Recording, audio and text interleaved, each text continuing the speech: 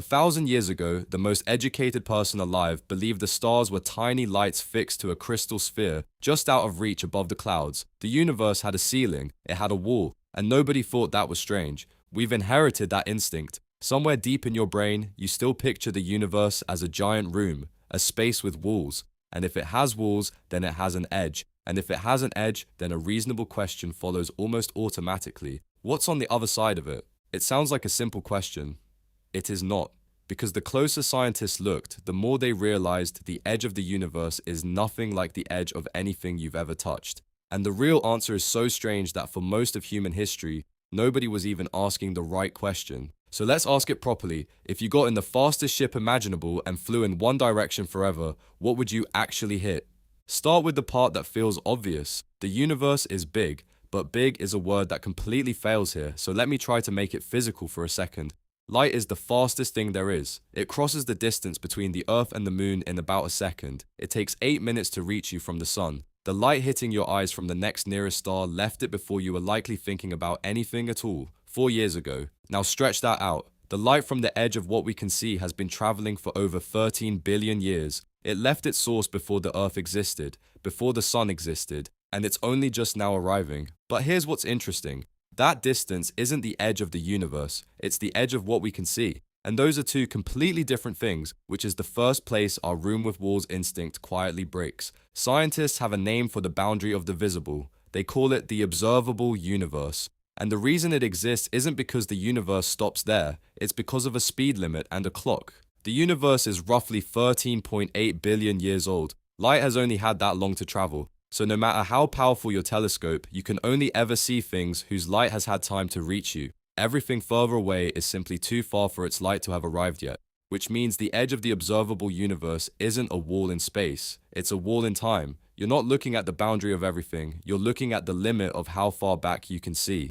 And that already changes the question, because if the edge is about time, not distance, then traveling toward it does something deeply weird. The faster and further you go, the more new universe simply appears in front of you, places whose light has finally caught up. You can never reach the edge by moving, because the edge isn't a location, it moves with you. Everyone, everywhere, sits at the exact center of their own observable universe. Let that sit for a moment. There is no center of the universe, or rather, you are the center, and so is every other point in existence, simultaneously. This is where most people's mental model quietly collapses, and honestly, it should, because the next discovery is even harder to picture. When astronomers looked at the most distant galaxies, they noticed something was off. The light was stretched, shifted toward the red end of the spectrum, like the sound of a siren dropping in pitch as it races away from you. The further away a galaxy was, the more its light was stretched. For a while, the obvious explanation was that everything was flying away from us, like we were standing at the site of some cosmic explosion. But that explanation had a problem. Everything was flying away from everyone in every direction at the same time. That's not what an explosion looks like. What researchers discovered was something far stranger. The galaxies weren't moving through space. Space itself was expanding. The distance between things was growing, not because anything was traveling, but because the empty space in the gaps was stretching like the surface of a balloon being inflated, with every dot on it drifting away from every other dot. And this created a new problem, the one that quietly breaks the speed limit you thought the universe obeyed. Light can't travel faster than light, but space has no such rule. There is no law that says space can't expand faster than light, and over enough distance, it does, which means there are galaxies out there right now whose light will never, ever reach us, because the space between us is growing faster than that light can cross it. Those galaxies are real, they exist. We saw some of them once, long ago, and they are vanishing from view forever, one by one, slipping over a horizon we can never follow them past. Which raises another question. If we can't see past a certain point, then what is the very last thing we can see? Not the furthest galaxy, the actual final image, the oldest light in existence. What does the edge of the visible itself look like? The answer is one of the strangest objects ever discovered, and you've been bathing in it your entire life without knowing. Go back to the beginning. The early universe wasn't dark, it was the opposite, a blindingly hot fog of pure energy and particles, so dense that light couldn't travel through it. It just bounced around, trapped, the way light can't escape the inside of a thick cloud. For nearly 400,000 years, the entire universe was opaque, a glowing wall in every direction. Then it cooled, and at one specific moment, the fog cleared all at once. The trapped light was suddenly set free, and it has been traveling across the universe ever since. That light is still here, right now. It's arriving from every direction in the sky at the same time, the faint afterglow of the moment the universe became transparent. Scientists call it the cosmic microwave background, and it is, in a very real sense, the edge of the observable universe, the furthest and oldest thing we can ever detect. Here's the part that gives people chills. When old televisions lost their signal and showed that grey static, a tiny fraction of that static was this. The light from the dawn of the universe leaking into your living room, the edge of the cosmos showing up as snow on a screen. We're not looking at a wall of rock or fire at the edge, we're looking at the universe's own infancy, frozen in light, surrounding us on all sides like the inside of a sphere we're sitting at the center of. But notice what this means. The cosmic microwave background isn't the edge of the universe, it's the edge of what's visible. The universe didn't stop there, it just stopped being see-through.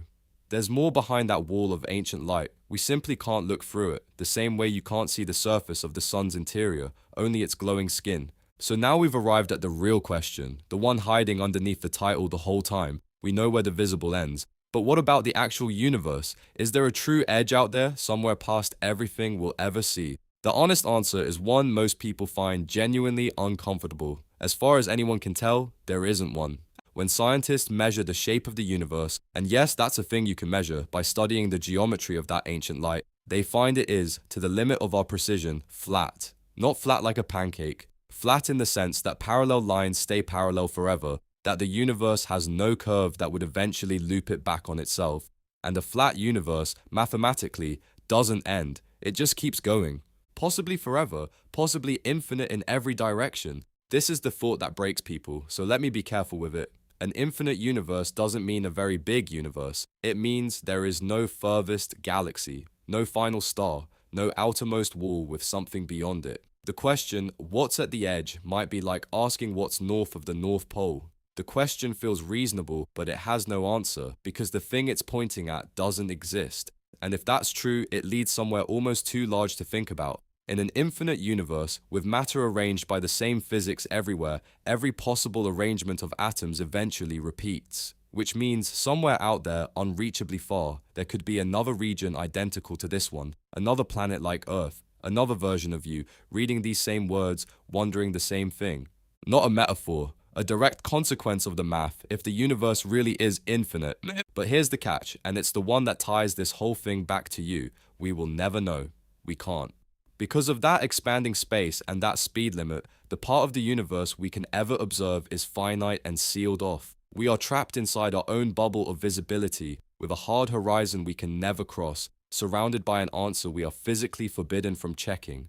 We are stranded on an island of light in an ocean we have no way to measure. And it gets lonelier than that. Remember those galaxies slipping over the horizon? The expansion of space isn't slowing down, it's speeding up, driven by something we barely understand and named, almost as a placeholder, dark energy. As it accelerates, more and more of the universe is being pushed beyond our reach. So the edge of what we can see isn't just a boundary, it's a closing door. Run the clock forward far enough and every galaxy outside our own little neighborhood will have vanished past the horizon. The sky will go dark. Any astronomers alive in that distant future will look up, do their measurements, and conclude that the universe is nothing but their single galaxy floating in an empty void. The expansion, the ancient light, the evidence of the Big Bang itself, all of it gone, erased not by destruction but by distance.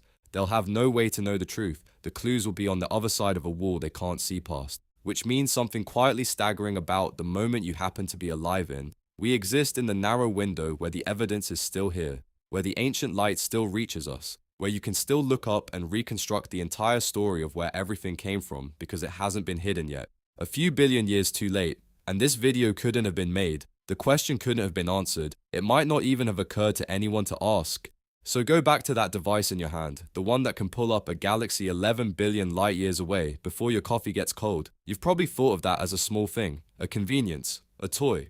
But think about what's actually happening when you do it. You're catching light that left its source before the sun existed, that crossed an expanding ocean of space for billions of years, that threaded its way to the one brief moment in cosmic history when something could be here to notice it. And you're glancing at it for half a second on the way to something else. The edge of the universe isn't a wall. It's not a place you could ever stand at. It's a horizon made of time, sealing in a universe that may have no edge at all, and it's slowly, silently closing. We thought the universe was a room with walls. It turns out we're standing in the middle of something with no walls, no center, and no end, only a fading circle of light that lets us see the past. And maybe that's the strangest part of all. For one short stretch of cosmic time, the universe became aware of itself. It grew eyes and telescopes and curiosity. It looked toward its own edge and asked what was there. The answer is that there is no edge to find, but there is a window. And right now, it's still open. The only real question left is whether we'll spend our brief time at the center of everything actually looking, or staring at the snow on a screen, never realizing it's the oldest light in existence, asking us to look up.